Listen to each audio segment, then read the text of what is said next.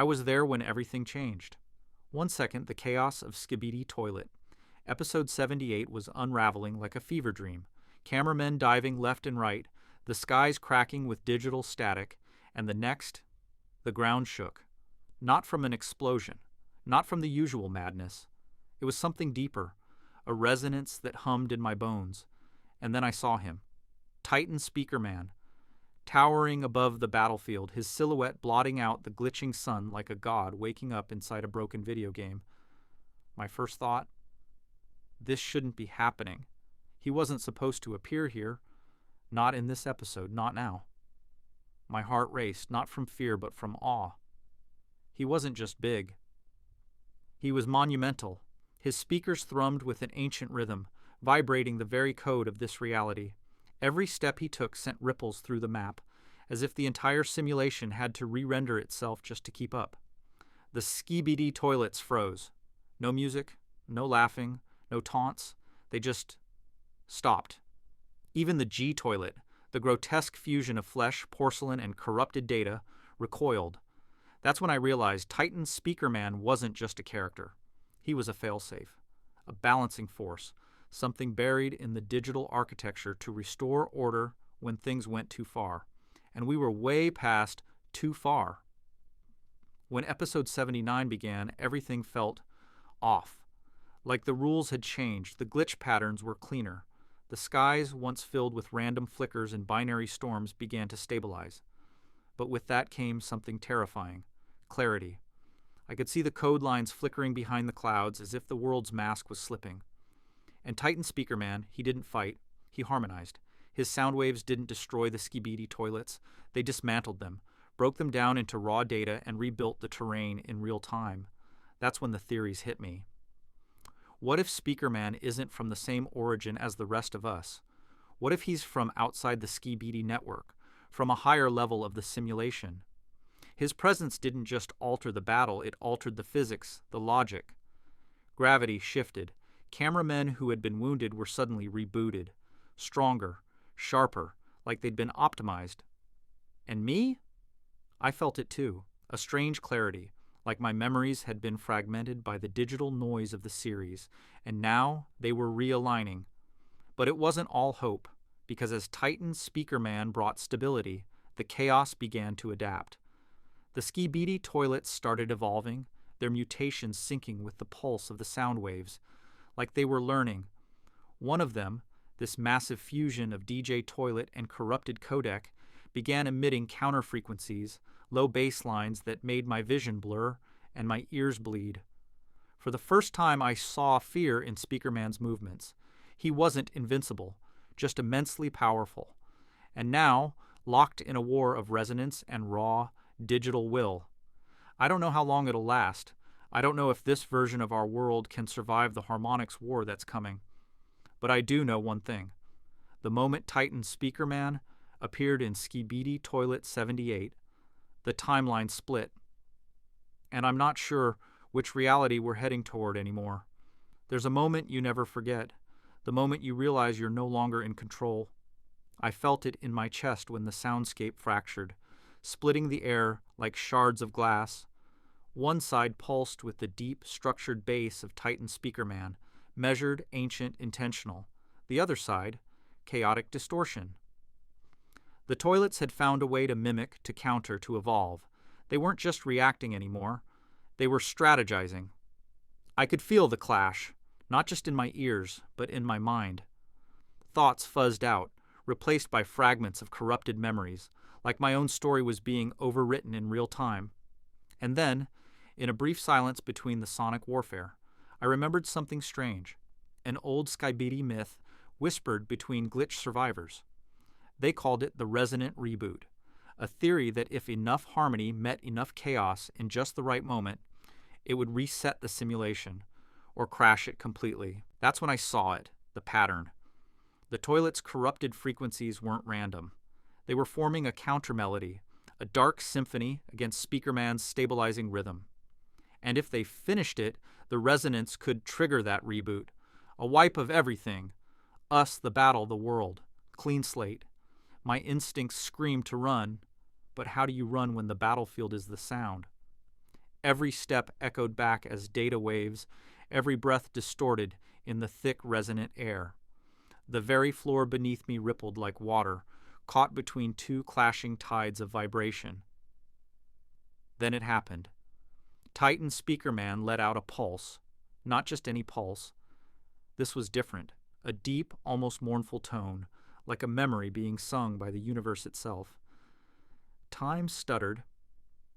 The toilets froze mid-glitch. I dropped to my knees, ears ringing, eyes watering. It was like my brain was being recalibrated, old pain flushed out, fragmented timelines locking into place. And for the briefest second, everything was still. No war, no code, no noise. But peace doesn't last here. Not in Skibidi. The moment shattered violently as the DJ Corrupto toilet struck back, launching a high-pitched counterwave that tore through reality like a screeching, angry god. Titan SpeakerMan staggered, his speakers cracked, and something inside me cracked too. This wasn't about winning anymore. This was survival of the reality itself. I stood up, legs shaking, mind barely holding together, and that's when I knew. This wasn't just a story unfolding in front of me. I was part of the frequency now. My thoughts, my voice, my being, it all resonated within this digital battlefield. And maybe, just maybe, I could choose what side I echoed on. The next wave is coming. The reboot is near. And I don't know if I'll still be here after it hits. But if I vanish, if this version of me doesn't survive, remember this.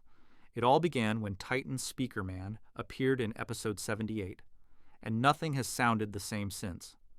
The world is unraveling like a corrupted audio file. One second, I'm grounded in some form of digital reality. The next, I'm weightless, floating between broken frames and unfinished code. It's not just a fight anymore, it's a collapse, and I'm caught in the eye of it. Titan SpeakerMan is different now. The once precise pulses he emitted have turned jagged, erratic, like his internal systems are fighting back against a foreign signal. His speakers are dimming, not from defeat, but from some kind of interference, a sound I can't hear but feel, deep in my teeth, in my memories, in the very shape of who I thought I was. The Skibidi toilets are feeding off it, each one sinking to the glitch, evolving with purpose. They're no longer the chaotic swarm they used to be. They've become aware, organized, intelligent. Their anthem is no longer madness. It's rebellion against SpeakerMan, against order, against everything that made this world coherent. I reach for anything solid, some kind of anchor, but everything's soft, pliable, like the very code around me has turned to soundwave silk. My voice trembles as I speak aloud, not because I expect an answer, but because I need to hear something that's mine. A reminder that I still exist in this. Can anyone hear me? Silence. And then a whisper, not from around me, but inside me. SpeakerMan. Not words, but a frequency. Low, warm, familiar. He's calling to me. Not just me, all of us who remember. The ones who haven't given in to the glitch. He's asking for resonance, for unity. Not as soldiers, but as signals. I don't understand it completely, but I feel it. So I close my eyes and I listen, not to the war, not to the chaos, but to that low, unwavering note buried beneath it all, the original tone, the one that birthed this world, the sound that once kept everything in balance. And I echo it back. It's not loud, it's not perfect, but it's mine, a thread of signal in the static. And then it spreads. Others like me, scattered across the battlefield, begin to echo back. Glitched cameramen, broken allies. Even some of the corrupted toilets begin to falter, twitch, hesitate, as if remembering something from before the madness. The harmony grows. Titan SpeakerMan straightens. His speakers surge. And for one terrifying, beautiful moment, it feels like we might have a chance to rewrite it all.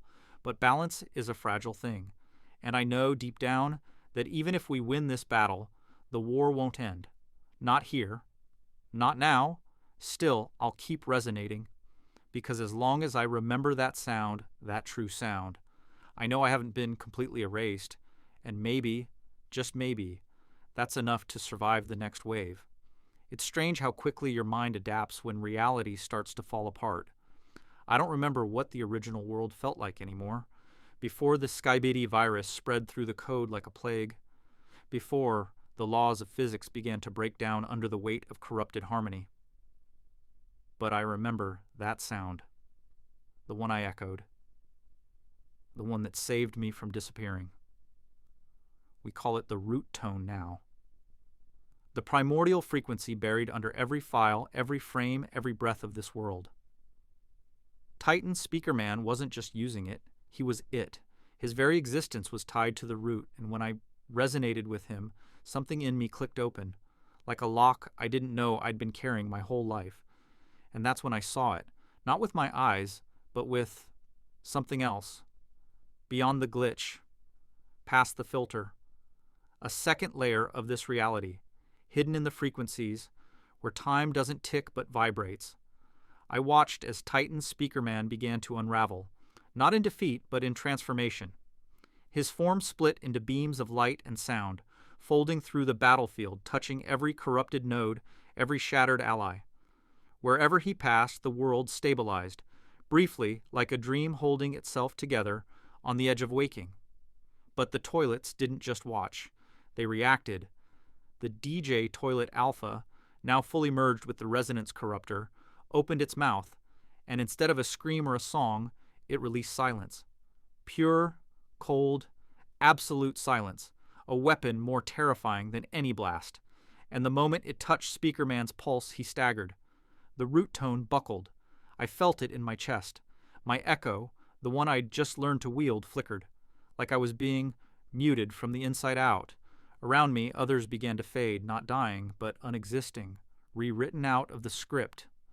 Panic surged. I tried to scream, to pulse, to do something, but my signal was smothered. Then a flicker in the static, a shimmer in the corner of my perception. A frequency I hadn't noticed before. Not SpeakerMan, not the toilets. Something older, watching, waiting. And suddenly I knew this isn't just a war between SpeakerMan and the toilets. It's a test, a final clash to decide which frequency will dominate the simulation. Harmony or chaos, order or entropy. But the choice isn't theirs alone. It's ours.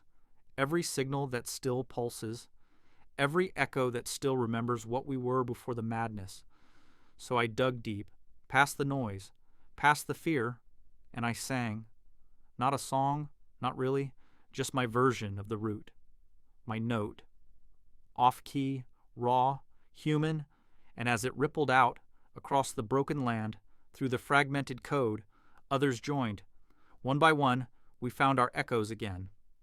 Titan SpeakerMan rose, not just in power but in clarity.